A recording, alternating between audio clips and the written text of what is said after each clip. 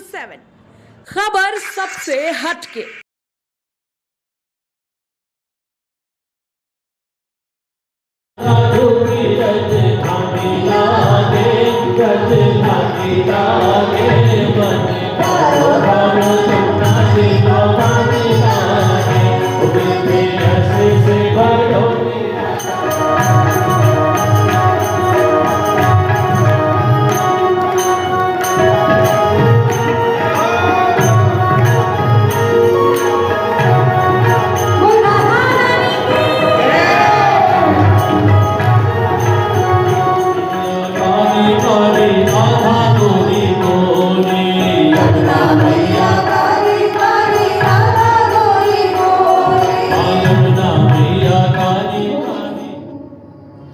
कोई तो ऐसा मार्ग होगा जो हम भगवान की भक्ति करें और हमें सरलता से भगवान से प्रेम हो जाए। तो ऐसा क्या मार्ग है? सुखदेव जी कहते हैं राजन, ध्यान से सुनो।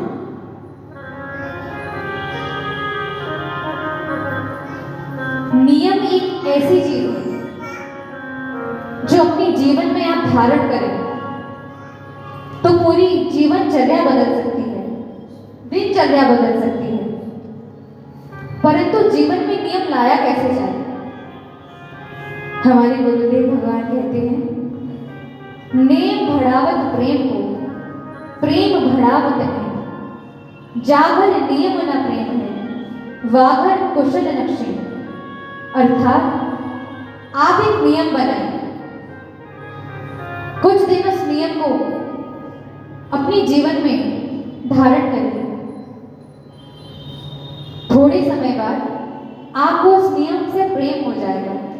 जैसे किसी की आदत हो कि रोज मंदिर जाना है, तभी जल ग्रहण करेंगे, और किसी एक दिन कोई ऐसी मजबूरी आ जाए कि मंदिर ना जा पाए तो उसका पूरे दिन मन नहीं लगेगा, क्योंकि उस नियम से उसे प्रेम हो गया। किसी का रोज नियम हो कि भगवान को प्रणाम करेंगे और एक दिन प्रणाम ना हो तो ऐसा लगेगा मानो आज जी जाता है, और ये लोग कहते हैं कि भगवान श्री कृष्ण की होड़ गए।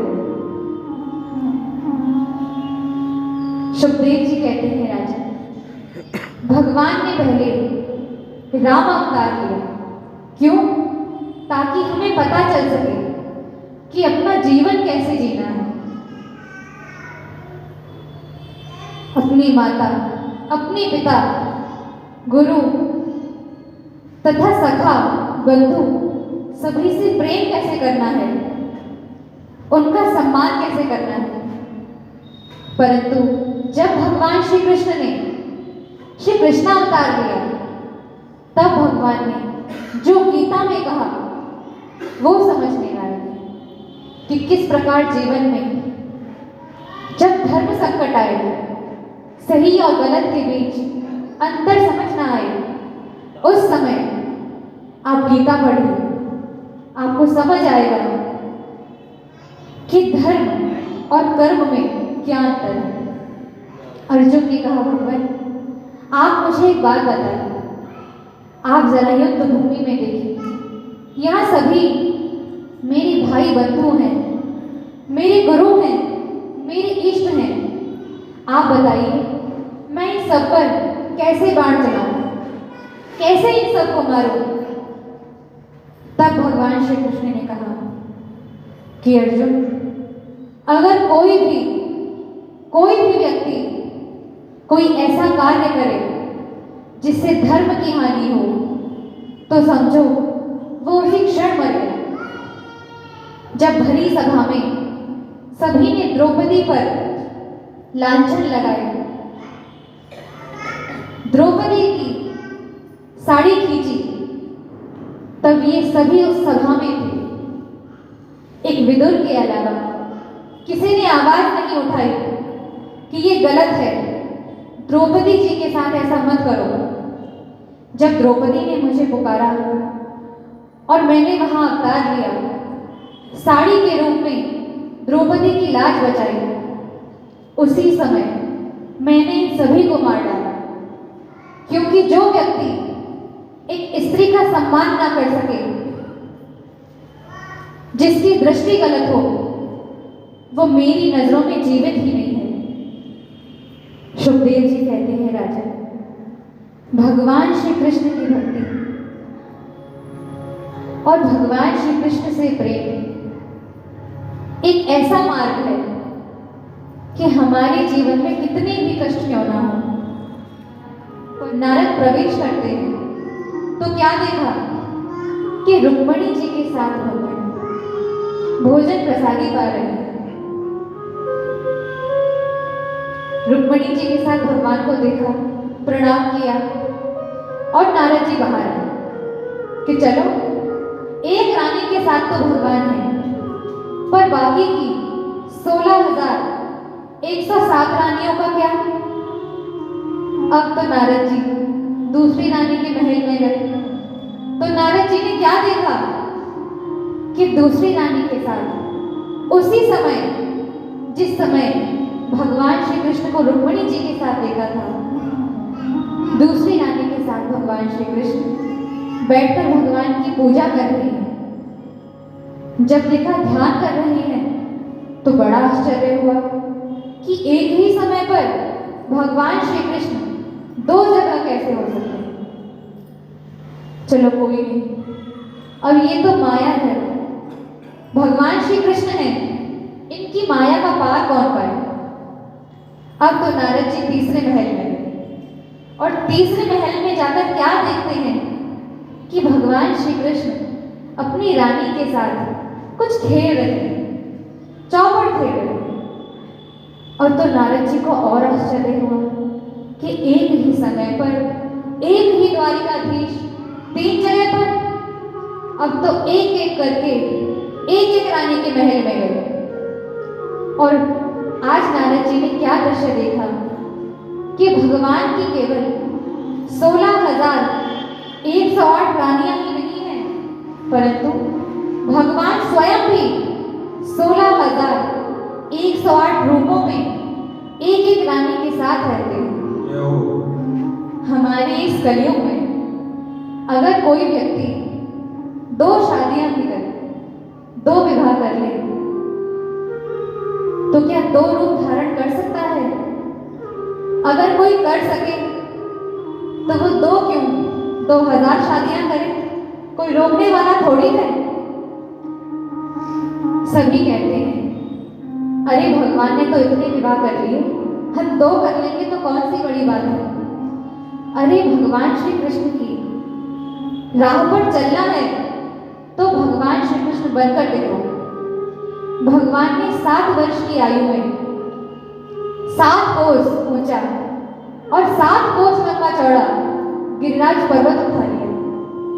क्या यहाँ किसी से एक पत्थर भी उठाया जा सकता है? एक छोटी सी गाड़ी उठाने के लिए एक श्रेष्ठ और भौमासुर में युद्ध होने लगा। भौमासुर का वध करके भगवान श्री कृष्ण ने 16,100 कन्याओं को उसकी काल कोठरी में से निकाला। अब तो सभी कन्याओं ने, सभी राजकुमारियों ने भगवान के चरणों में प्रणाम किया। भगवान ने कहा, देवियों, तुम सभी अपने अपने राज्य, अपने अपने पिता के यहाँ जाओ। भगवान के चरणों में हाथ जोड़कर वो सभी बोले, हे भगवान, आप ही बताइए, हम इतने दिन तक इस राक्षस के यहाँ रहे, तो अब हमारे पिताजी हमें अपने राज्य में किस प्रकार रखेंगे? हम सभी राजकुमारियां अब अपने घर नहीं जा सकती। अब तो हमारे पास केवल एक ही विकल्प है कि हम अपने प्राण त्याग दें, अथवा हे भक्तवत्सल, हे करुणा निधान, आप हम सबका वरण करें। हम सभी आपसे विवाह करना चाहते हैं। जब भगवान ने सुना कि अगर मैंने इन सबसे विवाह नहीं किया तो ये सभी अपने प्राण त्याग देंगे। तब भगवान ने 16,100 विवाह किए और सभी को द्वारिका लेकर आए। सुखदेव जी कहते हैं, राजन,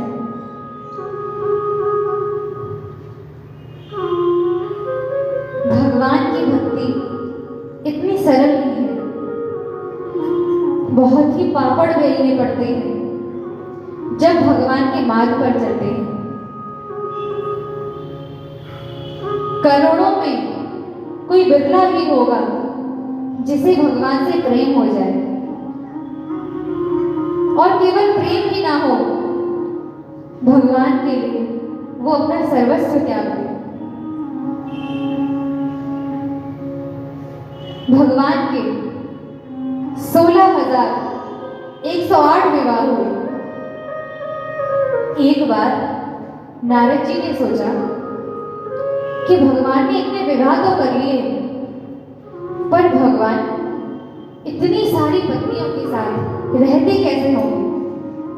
इस कलयुग में किसी से एक नहीं संभाली जाती, रात दिन का कलेश घर में रहता है, एक दो बालक नहीं संभाले जाते, तो भगवान ने इतनी रानियां कैसे संभाली होंगी?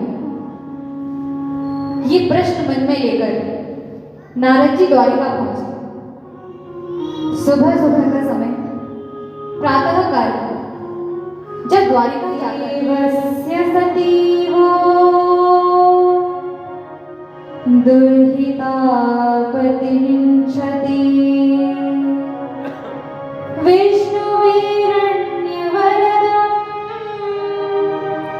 तपः परमास्तिता, तपः परमास्तिता। राजन, मेरा नाम यमुना है। मैं सूर्य पुत्री, यमराज और शनि की बहन हूं।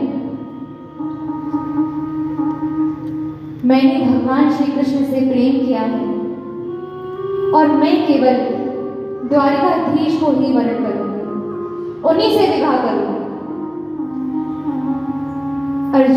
अर्जुन ने भगवान की ओर देखा, भगवान से हाथ जोड़कर प्रार्थना करी, भगवान आप भी यही हैं, ये आपकी दासी है, आपकी भक्त है, तो आप इस पर कृपा करें।